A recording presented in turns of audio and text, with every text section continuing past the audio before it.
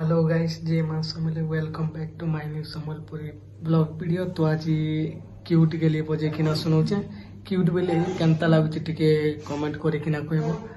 चलो वीडियो ती लागी रही तो तुमके क्यूट के लिए बजे किना सुनौचे केनता लागुचे जे कमेंट करे किना कहबो। चलो वीडियो ती बनी रही तो केनता लागला कहबो वाला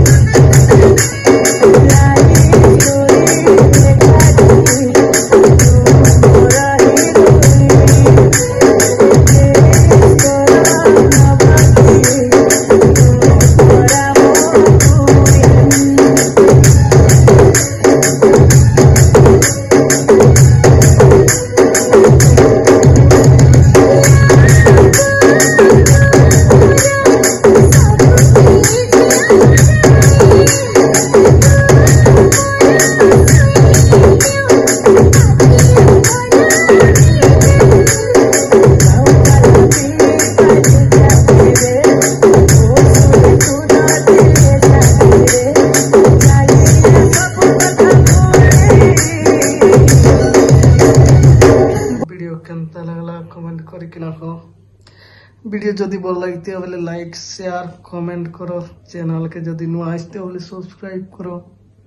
चलो आके बल बल गीत आसबा बजे किना सुना।